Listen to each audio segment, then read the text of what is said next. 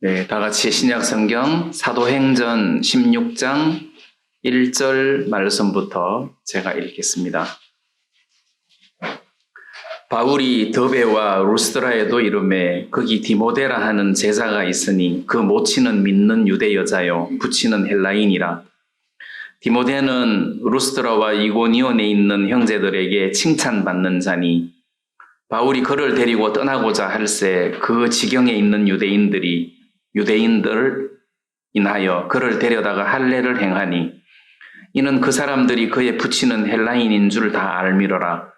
여러 성으로 다녀갈 때에 예루살렘에 있는 사도와 장로들의 작정한 규례를 저희에게 주어 지키게 하니 이에 여러 교회가 믿음이 더 굳어지고 수가 날마다 더하니라. 성령이 아시아에서 말씀을 전하지 못하게 하시거늘 부르기아와 갈라디아 땅으로 다녀가 무시아 앞에 이르러 비두니아로 가고자 했을 때 예수의 영이 허락지 아니하시는지라. 무시아를 지나 드로아로 내려갔는데 밤에 환상이 바울에게 보이니 마게도냐 사람 하나가 서서 그에게 청하여 가로되 마게도냐로 건너와서 우리를 도우라 하거늘 바울이 이 환상을 본 후에 우리가 곧 마게도냐로 떠나기를 힘쓰니 이는 하나님이 저 사람들에게 복음을 전하라고 우리를 부르신 줄로 인정함이로라. 여기 10절 말씀까지만 읽겠습니다. 제가 이 사도행전 16장 말씀을 읽다가 먼저 이 말씀을 설명하기 전에 다른 이야기를 좀 해야 될 것 같다는 생각이 좀 들었습니다.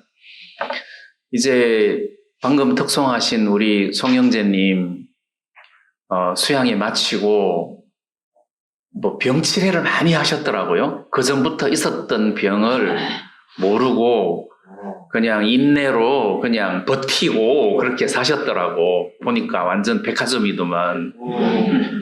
그래서 그동안 이렇게 많이 치료해서 지금은 많이 호전되셨는지는 모르겠는데 이제 제 주위에 있는 분들이 이렇게 자꾸 나이가 들어가고 이제 환갑이 가까워오거나 환갑을 이제 막 넘어서 이제 연세가 자꾸 들어가시는데 제가 이제 이런 생각을 해봤어요.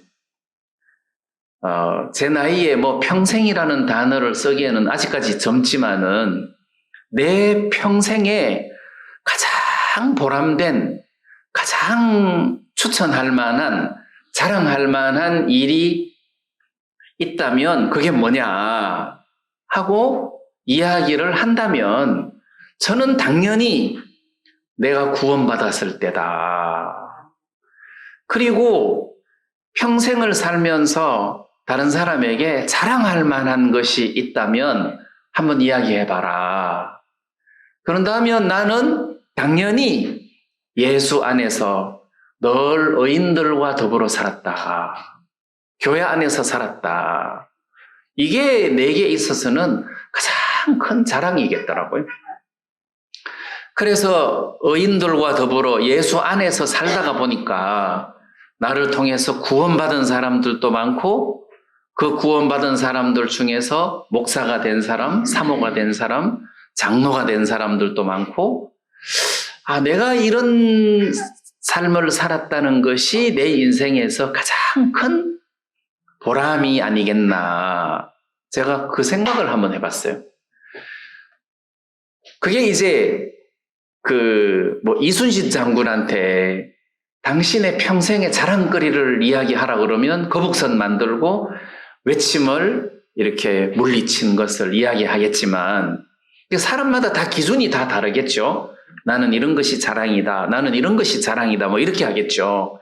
그럼 이제 성경적으로 자랑을 이야기한다면 우리가 로마서 4장에서 아브라함이 육체적으로 아브라함에게 무슨 복을 받았다고 말할 수가 있겠느냐. 그러면서 그가 의롭다 하심을 받은 것을 지금 자랑하고 있더라고요. 그러면 아브라함의 자랑도 100세의 아들 낳고 모리아산에서 이삭을 드리려고 했을 때 하나님이 막으시고 수양을 준비하셔가지고 대신해서 수양을 번제로 드리게 하신 그런 일들, 며느리를 얻게 된 그런 간정 뭐 이런 것도 있겠지만 성경에서는 그 자랑을 그가 하나님을 믿음에 의롭다 하심을 받았다. 그걸 꺼내가지고 이야기를 하더라는 거죠. 예를 들어 갖고 서바 여왕에게 우리가 한번 물어봅시다. 서바 여왕에게 당신은 여왕인데 평생 자랑할 만한 것이 있다면 한번 이야기해봐라. 그런다면 내가 예루살렘에 가서 솔로몬을 만난 것이다. 솔로몬을 만나가지고 내가 평소에 궁금했던 모든 것들을 질문했을 때 그가 지혜로 나에게 대답을 하더라. 그게 내 일생에 있어서 가장 유익했던 행복했던 순간이다. 그리고 그 스바 여왕이 그 솔로몬 왕을 모셔섰던 그 신하들에게 한 이야기가 있잖아요. 열왕기상 10장 8절에 보면 복되도다 당신의 사람들이여, 복되도다 당신의 이 신복들이여, 항상 당신의 앞에 서서 당신의 지혜를 들음이로다. 그래서 이 서바 여왕은 솔로몬 왕의 주위에 모셔섰던 그 신하들을 보고 복되도다. 당신들은 복받은 사람이다. 왜? 항상 솔로몬의 지혜를 들음이로다. 그 지혜의 말씀을 들음이로다. 당신 참 복받았다.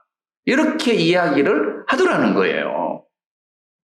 그럼 이제 솔로몬의 신하들 중에서 한국식으로 말하면 뭐 좌의정, 우의정, 뭐 이제 이런 많은 벼슬 하는 사람들이 있었을 텐데 그 사람들에게 자랑을 이야기하라 그런다면 내가 내 팔자에 내 인생에 있어서 복이 돼가지고 솔로몬 왕국에서 좌의정이 됐다.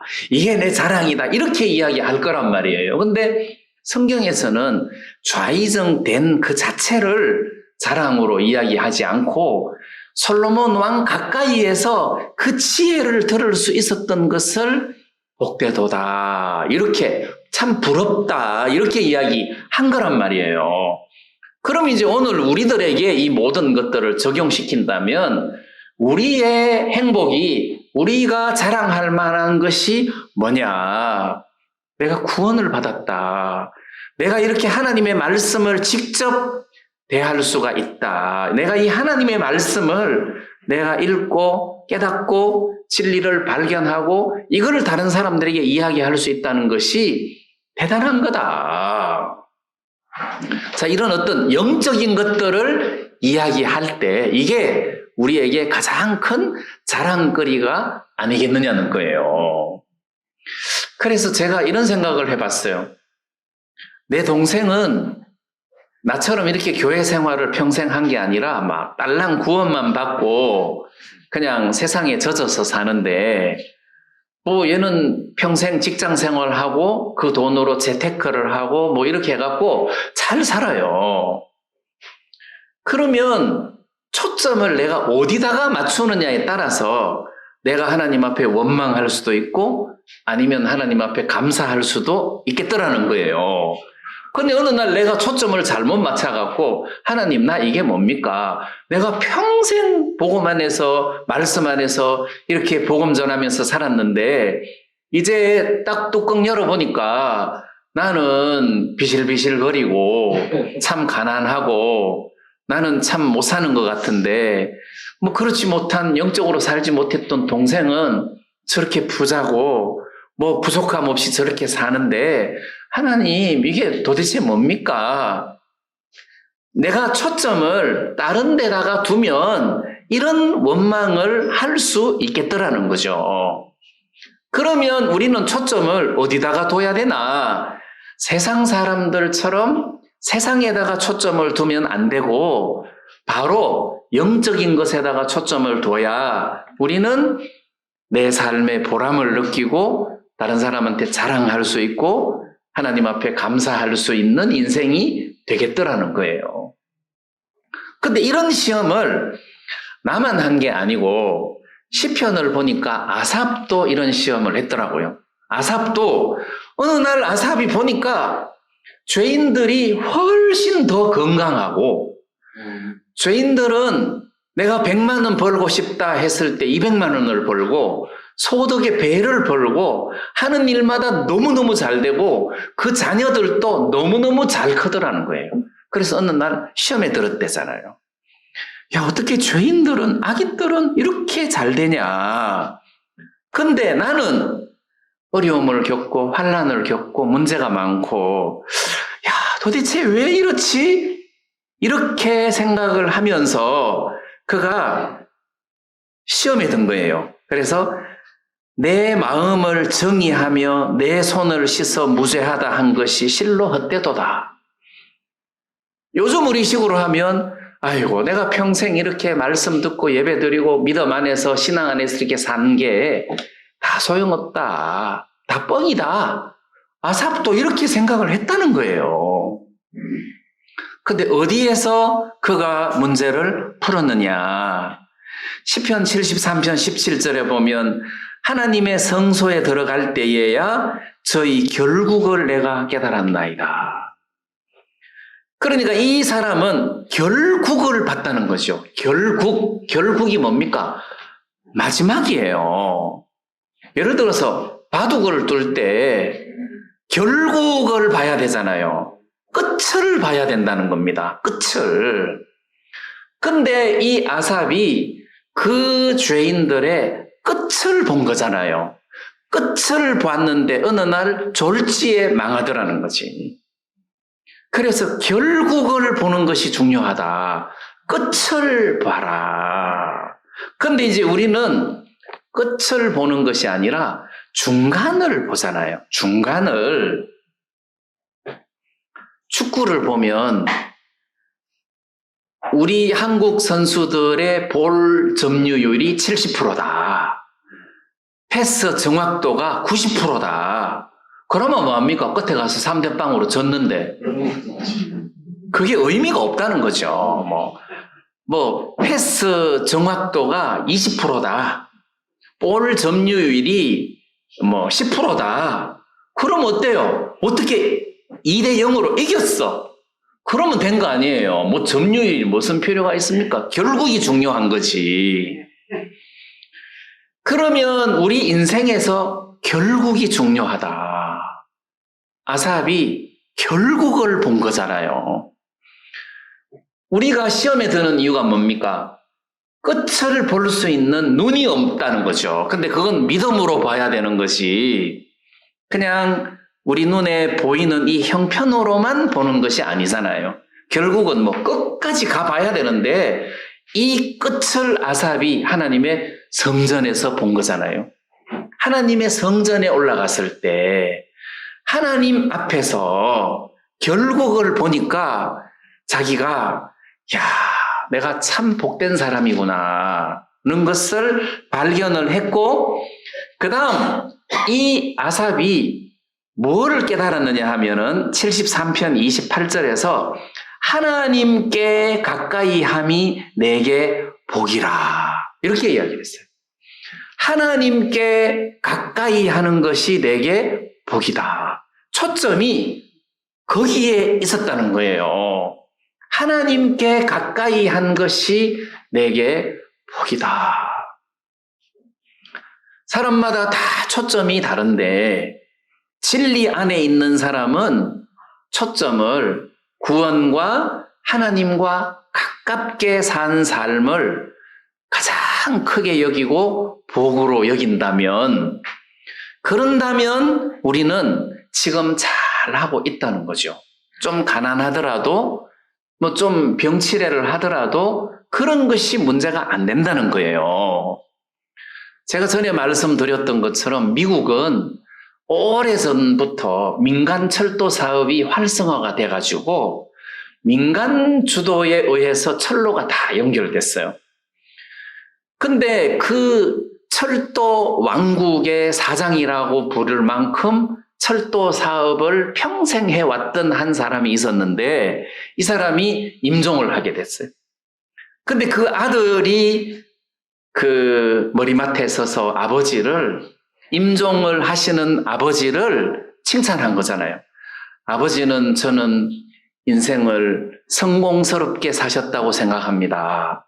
평생 철도 사업을 하시느라고 어마어마하게 많은 돈을 벌었고, 두 번째는 이 철도 사업을 통해서 많은 사람들로 하여금 편리하게 이 넓은 미국을 왔다 갔다 할 수 있도록 선한 일을 하셨고, 또 하나는 이 철도 사업을 하시면서 수많은 고용 인력을 창출해서 많은 사람들을 먹고 살 수 있게 해주셨기 때문에 우리들은 아버지가 인생을 성공적으로 사셨다고 생각합니다. 그러니까 그 아버지가 나는 인생을 실패했다. 너희들 말처럼 그렇게 사느라고 나는 하나님과 멀리 떨어져서 살았다. 나는 내 인생을 실패했다. 이렇게 고백을 했다는 거잖아요. 그러면 초점을 어디에 두느냐에 따라서 이게 성공한 인생이구나, 실패한 인생이구나, 이렇게 결론을 지을 수 있는데, 세상 사람들이야 세상에다가 초점을 두겠지만 믿음 안에 있는 사람들은 믿음으로, 신앙으로 초점을 두었을 때 하나님과 가깝게 산 것이 복이다. 그리고 인생의 결국을 보는 눈으로 하나님 앞에 감사할 줄 아는 그런 마음을 가지게 되더라는 거예요. 자, 그런 초점으로 지금 사도행전 16장을 봐야 해석이 되는 거지, 그런 초점이 아니고 세상 초점으로 사도행전 16장을 보면 사도 바울은 자랑할 만한 사람이 아니고 행복한 사람이 아니라 불쌍한 사람이에요. 세상에서 사도 바울같이 불쌍한 사람이 없다는 거예요. 그래서 초점을 믿음 안에서 두고 사도 바울을 봐야, 이 사람 진짜 복받은 사람이다. 이 사람은 인생을 제대로 화끈하게 사는 사람이다. 이런 결론을 내릴 수가 있다는 거예요. 그래서 저 사도행전 16장 1절에 보면 바울이 더베와 루스드라에도 이르매, 자, 이 말이 있는데 더베하고 루스드라가 있는데 지금 사도 바울이 여기에 두 번째 방문을 하는 도시입니다. 더베와 루스드라가 지금 2차 전도 여행이니까 두 번째 방문하는 도시예요. 근데 첫 번째 방문했을 때, 이 루스드라와 더베에 첫 번째 방문했을 때 바울은 죽다가 살았어요. 루스드라에 방문했는데 거기에 안전뱅이가 하나 있었어요. 그래서 사도 바울이 말씀을 전하다가 그 안전뱅이의 믿음을 보고 그 사람을 안전뱅이에서 일으켰어요. 일어서라, 예수의 이름으로 일어서라 했는데 이 안전뱅이가 벌떡 일어난 거예요. 근데 그 루스드라에 있는 사람들이 이 사도 바울과 바나바를 보더니 이 사람은 사람이 아니고 우리가 섬기는 신이다. 신이 지금 사람의 형상을 하고 우리 가운데 나타났다. 그래서 사도 바울에게 제사를 드리려고 한 거잖아요. 그래서 신적인 존재로 추대를 받았는데 유대인들이 여러 지방에서 와가지고 사도 바울을 이단으로 지목하고 또 위협하고 핍박하고 해서 그 당시에 유대인들이 사도 바울을 돌로 때려가지고 죽은 줄 알았어요. 그래서 그 죽은 시체를 성 밖으로 꺼냈는데 그때 사도 바울이 거기서 깨어난 거잖아요. 다시 일어났잖아요. 그리고 다시 성 안으로 다시 들어갔어요. 그리고 그동안 말씀을 들었던 그 제자들, 성도들을 만나서 교제하고 그 사람들을 굳건히 하고 그리고 이제 다시 예루살렘 안디옥 교회로 돌아왔는데 그리고 수년 후에 2차 전도 여행을 하면서 이 루스드라에 온 거잖아요. 그래, 루스드라를 생각하면은 복음을 전하면서 핍박을 받아가지고 돌에 맞아 죽을 뻔했던 곳이란 말이에요. 진짜 고생도 많이 하고 어려움도 많이 겪고 매도 많이 맞고 핍박을 많이 받았던 도시예요. 뭐 사도 바울은 어느 도시를 가도 그런 핍박을 받았지만 특히 루스드라는 그런 사건이 있었던 곳이란 말이에요. 자, 그러면 그런 곳에서 어려움을 겪었다가 2차 전도 여행을 하면서 루스드라와 더베에 왔는데 보니까 거기 디모데가 있는 거예요.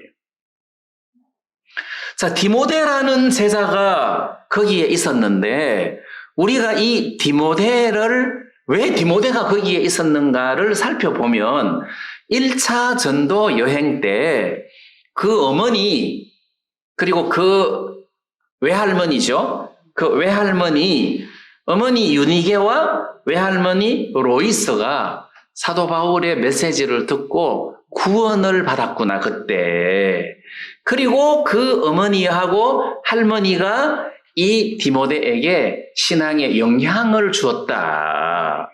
그래서 디모데 후서 1장에 보면 네 속에 그 믿음은 네 어머니 유니게 또 네 할머니 로이스에게 있던 것인데 그 믿음이 지금 너에게도 있다. 해서 사도 바울이 루스드라를 방문해가지고 큰 핍박과 죽을 뻔한 고생을 했지만 그런 사람들이 구원을 받으면서 결국 디모데라는 이렇게 탁 드러나는 열매가 지금 루스드라에서 바울이 만난 거잖아요. 열매를 만난 거잖아요. 그래서 이 디모데는 사도 바울의 그 서신서, 모든 서신서 중에서 항상 디모데가 언급될 정도로 사도 바울에게 있어서는 디모데가 아주 가까운 영적인 아들이요. 또 사역으로서는 동력자요. 또는 교회 안에서 형제였단 말입니다.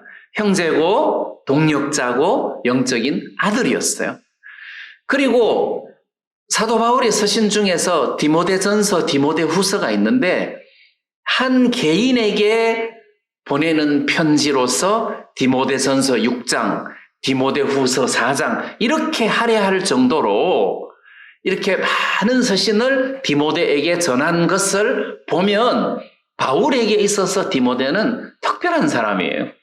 그리고 바울의 서신서 중에서 가장 나중에 바울이 죽기 전에 쓴 편지가 디모데 후서일 정도로 그건 마치 바울의 유언과도 같은 메시지란 말입니다.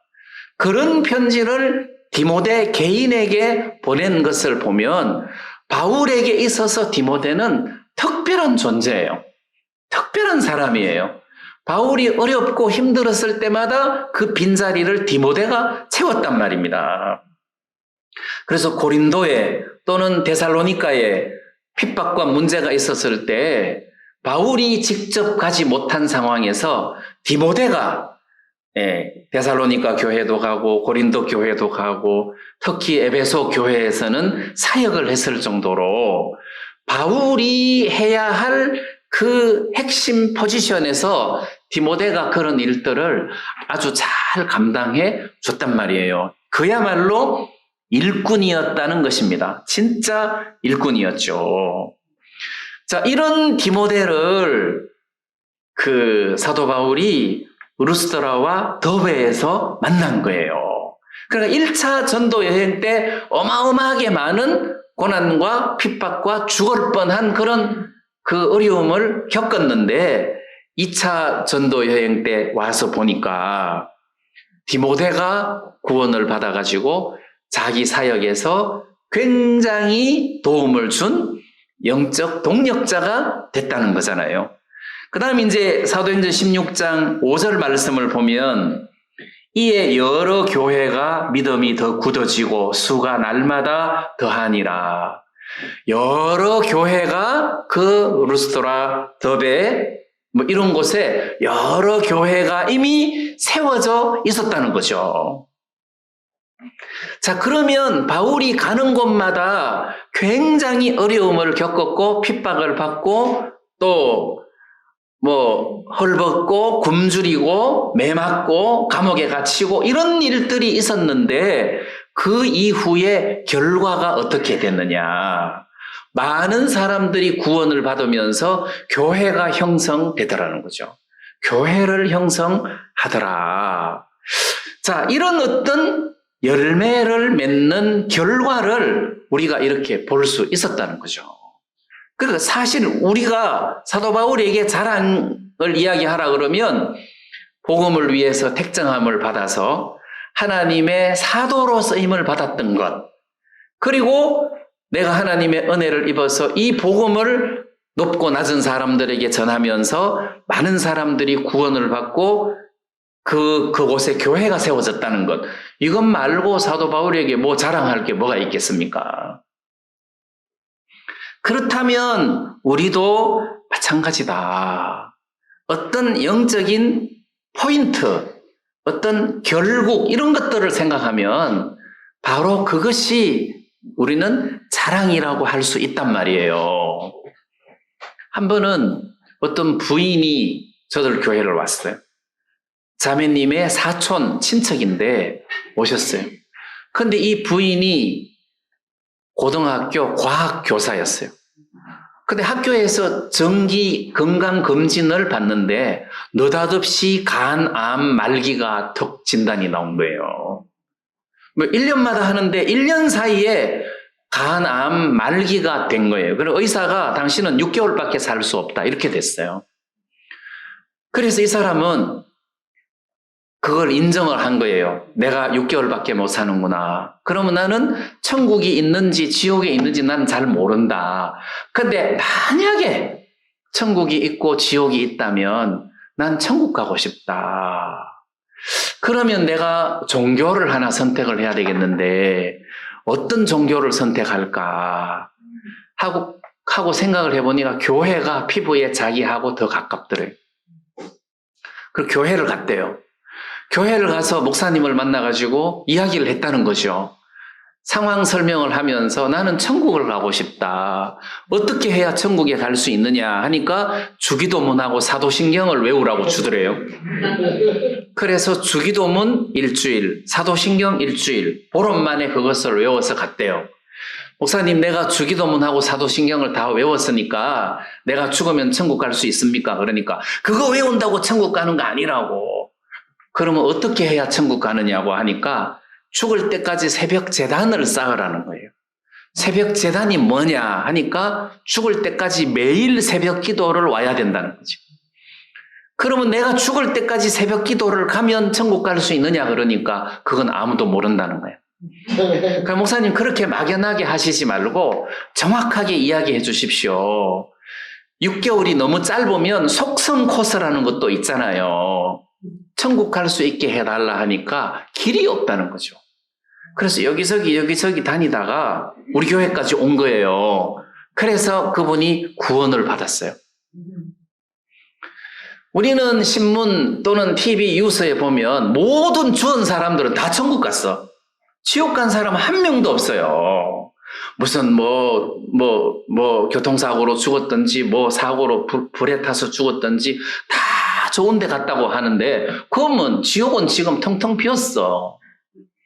그러면 기준이 있을 거 아니에요. 천국은 어떤 사람이 가냐? 천국은 깨끗한 곳이고 거룩한 곳이기 때문에 죄가 없는 사람이라야 가는 곳이다. 천국은 당신은 죄가 있을 거 아니냐? 죄가 있으면 못 간다. 죄가 없어야 간다. 세상에 죄 없는 사람이 어딨냐? 그 죄를 씻어야 된다. 어떻게 씻냐? 예수님의 피로 씻는 것이다. 더 자세하게 설명을 해달라.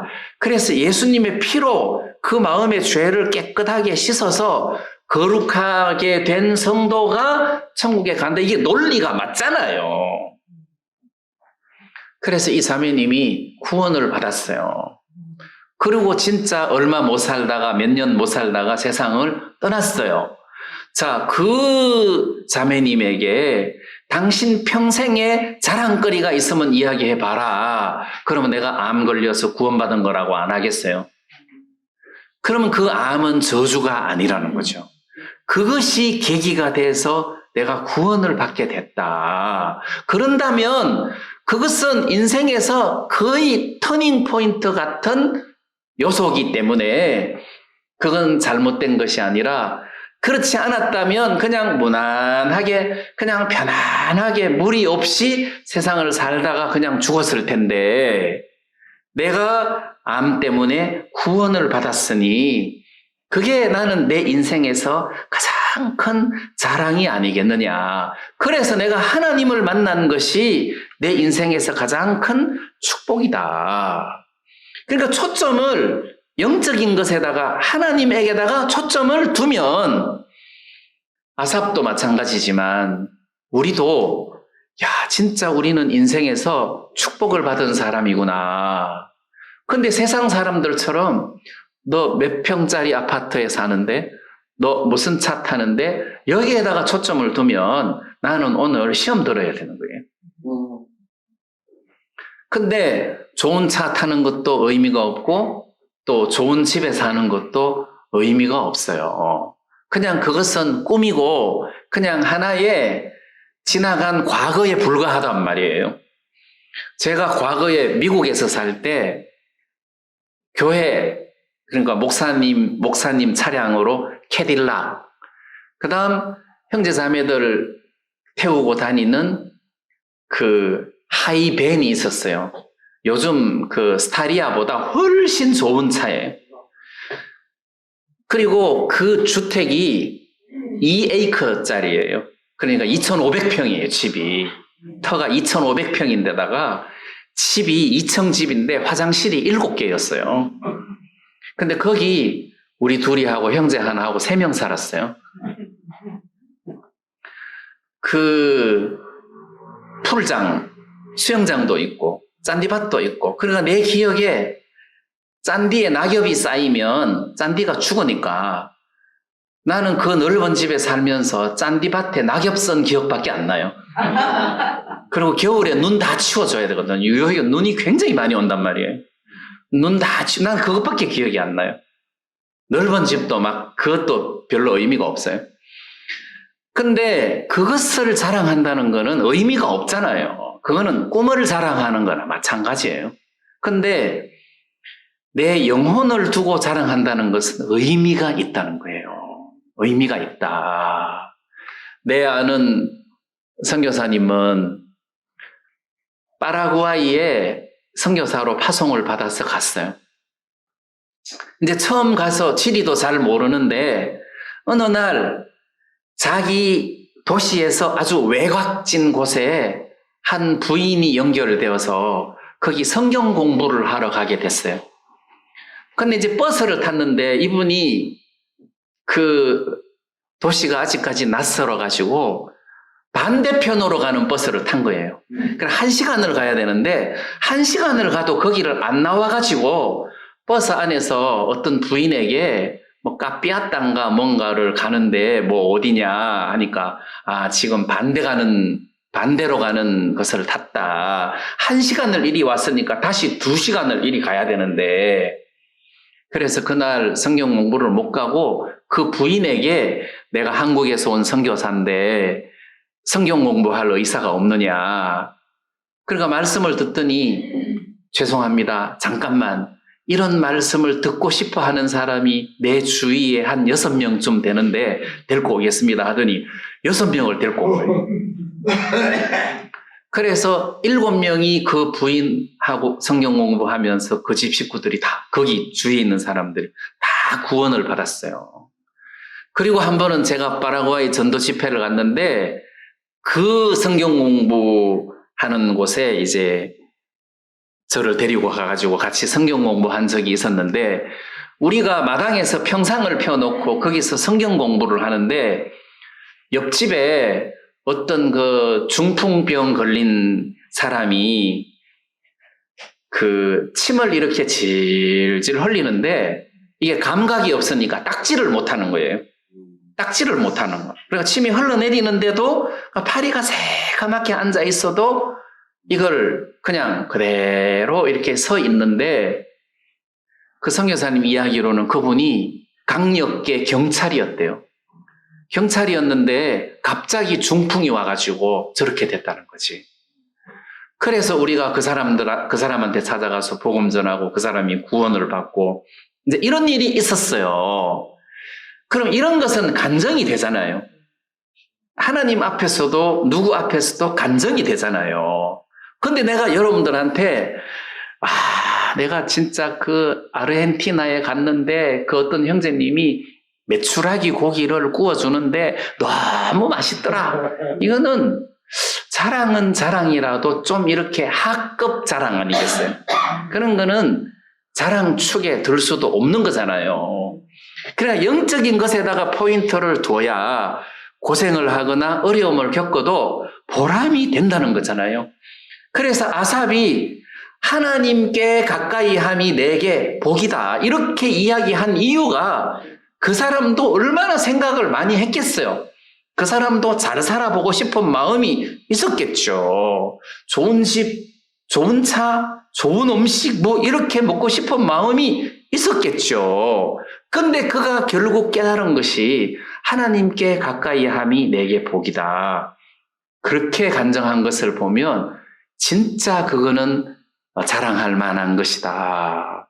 이런 생각이 들고 제가 오늘 아침에 여러분들이 초점을 세상 사람들처럼 세상에다가 두지 말자. 그건 그림이다. 성경에서 꿈이다. 꿈을 깨고 나면 사람이 꿈을 무시한 것처럼 좋은 집에서 사는 것도 좋은 음식을 먹은 것도 다 꿈이다. 근데 영적인 것은 꿈이 안 되는 게 현재 지금 하나님과 내가 가깝다는 거죠. 현재 지금 구원받은 것이 여전히 살아있다는 거예요. 이런 부분에서 우리가 초점을 믿음 안에서 영적으로 초점을 둬야지 세상에다가 초점을 두면 우리가 신앙생활하기가 참 힘들다. 그래서 이 믿음의 세계와 신앙의 세계가 참 좋은 건데 이런 어떤 영적인 눈을 가지고 우리가 세상을 사는 것이 중요하다. 이런 생각이 좀 들었습니다. 그 다음 저는 사도행전 16장 6절 이하 부분에 사도 바울이 루스드라와 더베, 비시디의 안디옥, 더베 이런 곳으로 이제 방문을 해서 형제들을 굳게 하고 그 다음 그쪽 소아시아 지방이에요. 지금 현재 터키 지방. 거기서 계속 말씀을 전하려고 하는데 6절에 보니까 성령이 아시아에서 말씀을 전하지 못하게 하시거늘. 그러나 성령이 거기서 말씀을 전하지 못하게 한다는 거지. 자, 그런데도 불구하고 사도 바울은 무시아 앞에 이르러 비두니아로 가고자 애쓰되 예수의 영이 허락지 아니하는지라. 그래서 그 터키 북쪽 지방으로 이제 가서 그쪽에서 복음을 전하려고 하는데 예수의 영이 성령이 허락지 않는다. 자꾸 길을 막는다는 거예요. 근데 어느 날 밤에 꿈을 꾸었는데 마게도니아, 이제 유럽으로 넘어가는 거죠. 그리스 쪽이니까. 마게도니아로 넘어가는데 꿈속에서 마게도니아 사람 하나가 청하여 가로되 마게도니아로 건너와서 우리를 도우라. 자, 환상 중에서 꿈이죠. 자, 그때 16장 10절에 보면 뒷부분에 저 사람들에게 복음을 전하라고 우리를 부르신 줄로 인정함이로라. 하나님이 저 사람들에게 복음 전하라고 우리를 부르신 줄로 인정함이니라 해서 마게도니아로 건너가가지고 그 첫성 빌립보에서 복음을 전하다가 루디아를 만나고 그 감옥의 간수가 구원을 받고 해서 빌립보 교회가 세워지는 일이 생겼단 말이에요. 자, 저는 여기서 하나님의 성령이 말씀을 아시아에서 말씀 전하지 못하도록 하더라. 예수의 영이 허락지 않더라. 자, 무슨 이야기를 저는 하려고 하느냐 하면 우리가 살아가면서 신앙생활 하면서 하나님의 영이, 성령이 우리 삶을 이렇게 막는 경우가 있는데 그거를 느낄 줄 알아야 된다는 거예요. 아, 하나님이 이걸 막으시는구나. 이걸 알아야 된다는 거죠. 근데 지금 사도 바울이 어떻게 알았느냐? 뭐 사도 바울이라고 해서 우리가 대단히 위대한 사람으로 생각하기가 쉬운데 대단히 위대한 사람이기는 하지만 여전히 우리랑 똑같은 인간이다. 그가 아시아에서 말씀을 전하려고 할 때 성령이 아시아에서 말씀을 전하지 못하게 하는데도 계속해서 무시아 앞에 이르러 비두니아로 가고자 애써대 예수의 영이 허락지 아니하는지라 이거를 보면 이게 못 깨닫고 계속 아시아에서 말씀을 전하려고 하는데 못 깨닫는 거예요. 그러니까 하나님이 꿈속에서 사도 바울로 하여금 마게도니아 사람이 우리를 와서 도우라 하는 그런 어떤 꿈을 꾸면서 하나님이 우리로 여기에서 저쪽으로 건너가기를 원하시는구나. 마게도니아 쪽으로 건너가야 되겠다 해서 건너간 거잖아요. 그래서 우리는 삶 속에서 하나님이 이거를 막으시는구나. 이런 것을 경험하는 것은 굉장히 중요하다고 생각합니다. 예를 들면 이제 구약 성경에서 사울 왕이 다윗을 죽이려고 애를 썼어요. 언제부터 그랬느냐 하면 다윗이 골리앗을 죽이고 난 다음에 사울이 저 다윗이 나라밖에 더 이상 얻을 것이 뭐가 있겠냐. 저놈을 죽여야 되겠다. 저놈을 살려놓으면 내 아들이 왕이 돼야 될 텐데 저놈이 앞으로 왕이 될 것 같은데 내가 저놈을 죽여야 되겠다. 왕궁에서 다윗이 사울을 위하여 수검을 타는데 사울의 손에 창이 있었잖아요. 그 창으로 다윗을 찍었는데 다윗이 그것을 피했단 말이에요. 배너 영화에 보면 배너하고 뱃살랑가 뭐 이렇게 창 던지는 걸 보면 그 사람들 진짜 선수 아닙니까? 사울도 장군이란 말입니다. 근데 창을 던졌는데 다윗이 그것을 피했다면 하나님의 은혜 아니에요?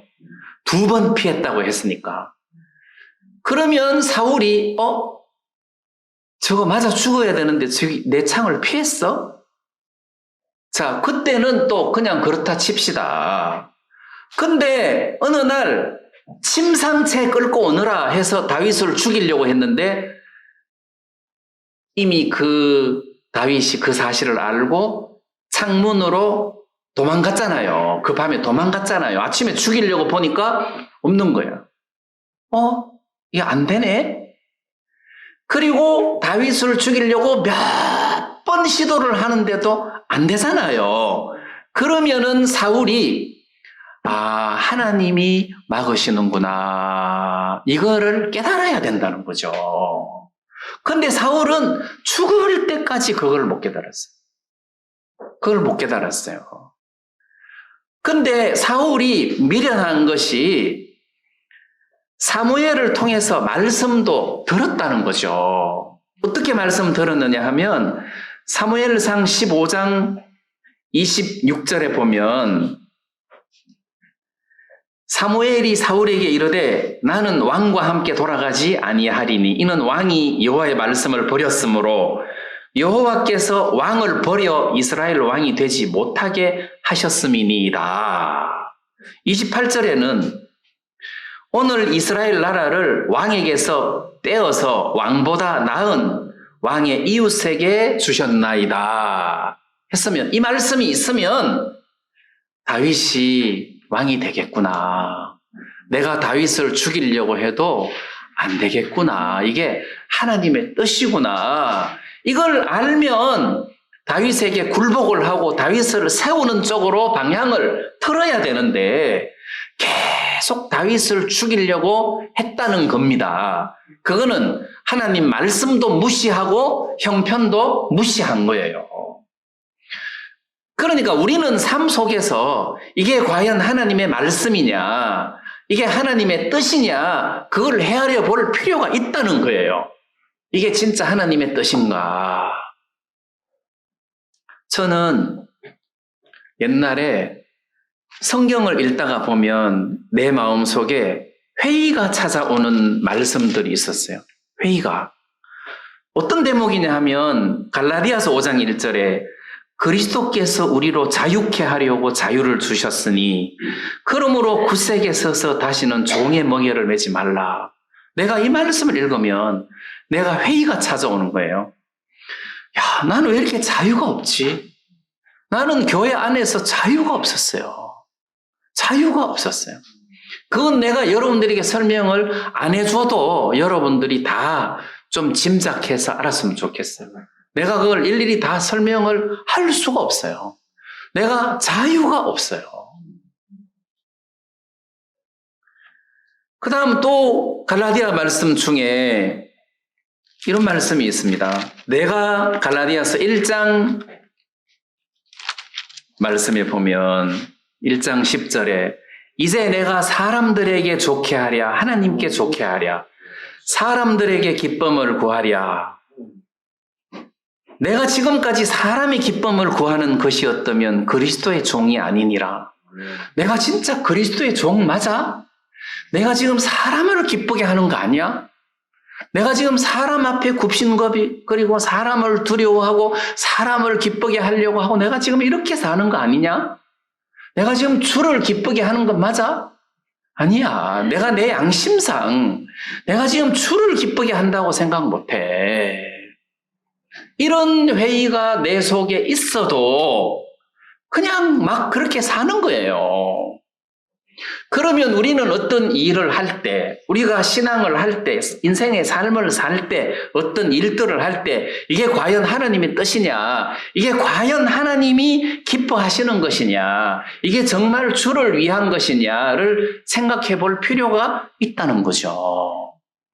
그래서 결국 그게 멍들고 막 곪고 하니까 튀어나오는 건데, 그 튀쳐나오는 것이 다른 목적이 아니라 이런 어떤 영적인 목마름이 결국 우리로 하여금 그런 조직에서 튀어나가게 하는 거잖아요. 무슨 튀어나가가지고 왕노릇 하기 위해서 튀어나가는 것이 아니라 이게 하나님이 기뻐하시는 것이 아니다. 이런 것을 생각할 줄 알아야 되는 거잖아요. 과연 하나님께서 이걸 기뻐하실까?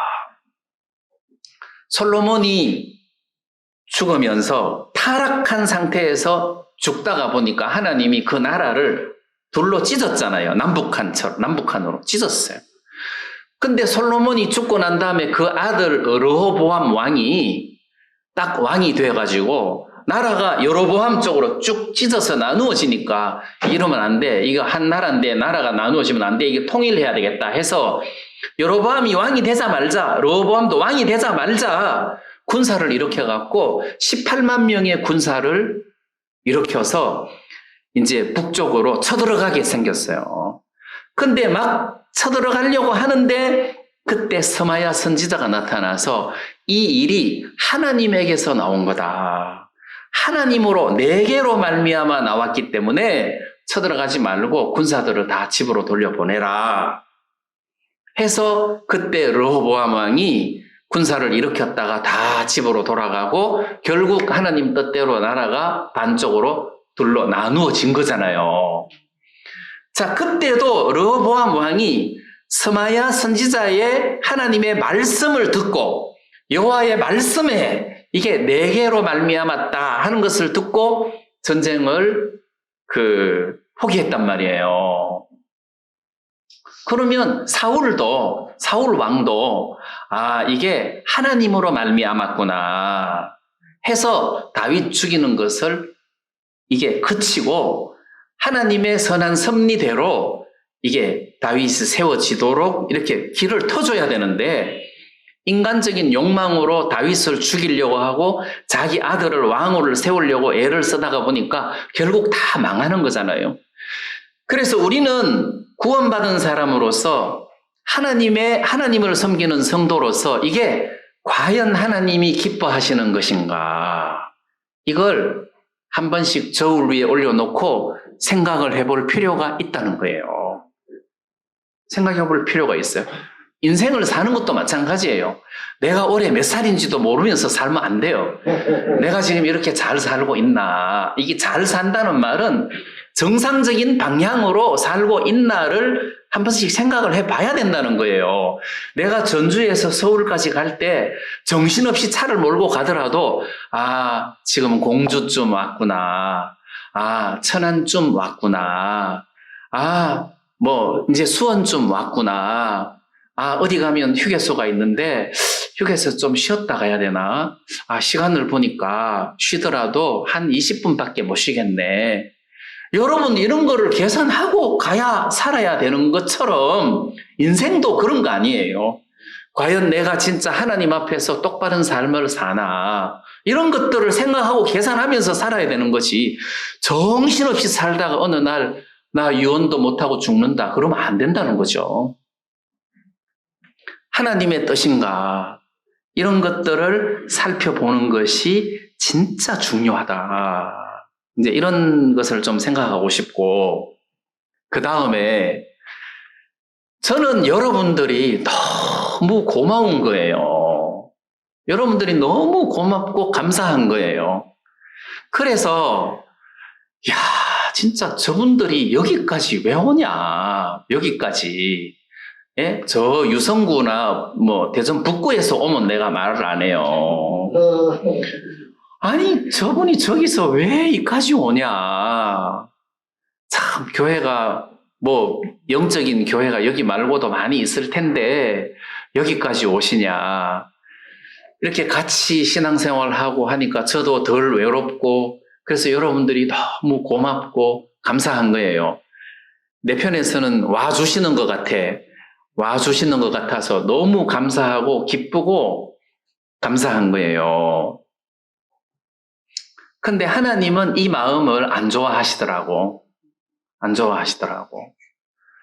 어떻게 안 좋아하시느냐 하면, 예를 들면 엘리야가 3년 6개월 동안 가뭄이 와가지고 비가 안 올 때 이스라엘 백성들도 먹을 것이 없었지만 엘리야도 먹을 것이 없는 거예요. 왜냐하면 같은 재난이 같은 땅에 임하니까 엘리야도 먹을 것이 없고, 엘리야가 드러나게 다니면 아합에게 잡혀 죽으니까 그리 시냇가에 숨어 있다가 보니까 더 먹을 것이 없는 거예요. 그리 시냇가에 시냇물을 먹기는 할 수 있지만 양식이 없었는데, 그때 까마귀가 아침 저녁으로 떡과 고기를 갖다 줬단 말이에요. 아침 저녁으로. 그러니까 엘리야가 까마귀를 보면 얼마나 기쁘고 감사하고 고마웠겠어요. 나 까마귀 진짜 누가 겉이 검다고 속까지 검을 소리하는데, 겉이 검지만 너 속은 참 희다. 너 진짜 영적이다. 까마귀가 너무너무 고마웠던 거예요. 그러면 엘리야가 까마귀를 고마워하면 되겠습니까? 까마귀를 고마워하는 것은 표면적인 것이지만, 하나님이 까마귀를 통해서 나를 먹이시는구나 해서 그 감사의 뿌리가 까마귀를 거쳐서 하나님에게까지 가야 된다는 거예요. 맞죠? 그러면 내가 여러분들을 고맙게 생각할 때도 마찬가지예요. 여러분들이 고마워야 되는 것도 맞지만, 하나님이 이분들을 여기까지 보내주셨구나 해서 그 뿌리가 하나님 앞에까지 내려가야 된다는 거죠. 그래야 우리가 시험에 들지 않아요. 이게 하나님으로 말미암았구나. 근데 하나님까지 안 가고 사람이 귀하니까, 사람이 고맙고 사람이 크니까 어느 날 하나님이 질투를 하시더라고. 그게 아니야 하면서 보여주시더라고요. 그래서 사람을 기쁘게 그렇다고 해서 사람을 무시하라는 뜻이 아니라 뿌리를 하나님 쪽으로 내려야 된다는 거죠. 하나님이 이렇게 하시는구나. 이게 하나님 뜻이구나. 그래서 네가 하나님 앞에 감사하고 하나님께 영광을 돌리고 하나님을 기뻐하는 그런 뿌리 깊은 마음으로 생각을 해야지, 사람을 귀하게 여겨서는 안 된다. 사람 다 똑같다. 그래서 우리가 인생을 살다가 보니까 하나님의 뜻인가를 살펴보고 이렇게 재고할 수 있는 그런 여유를 가져야 되겠더라고요. 왜 아시아에서 복음을 전하려고 하는데 뭐가 이렇게 누가 자꾸 막는 것 같아. 길이 자꾸 막혀. 왜 이렇지? 왜 이렇지? 이게 하나님 뜻이 아닌가? 해서 아시아에서 하나님 말씀 전하지 못하게 하시는구나. 마게도니아로 건너가자 해서 마게도니아로 건너갔는데 복음의 문이 막 팍팍 열리잖아요. 자, 그렇듯이 우리 구원받은 형제 자매님들이 인생을 그냥 막 이렇게 사는 것이 아니라 과연 하나님은 어떤 것을 기뻐하시는가? 하나님의 뜻이 무언가? 이런 것들을 좀 분별해 가면서 일이 좀 안 될 때는 하나님 이게 무슨 뜻입니까? 해서 또 하나님께 물어보고 하나님의 은혜를 구하고 이렇게 사는 태도가 영적인 삶을 사는 성도들의 태도다. 이런 말씀을 좀 드리고 싶습니다. 오늘 말씀 여기까지 드리겠습니다.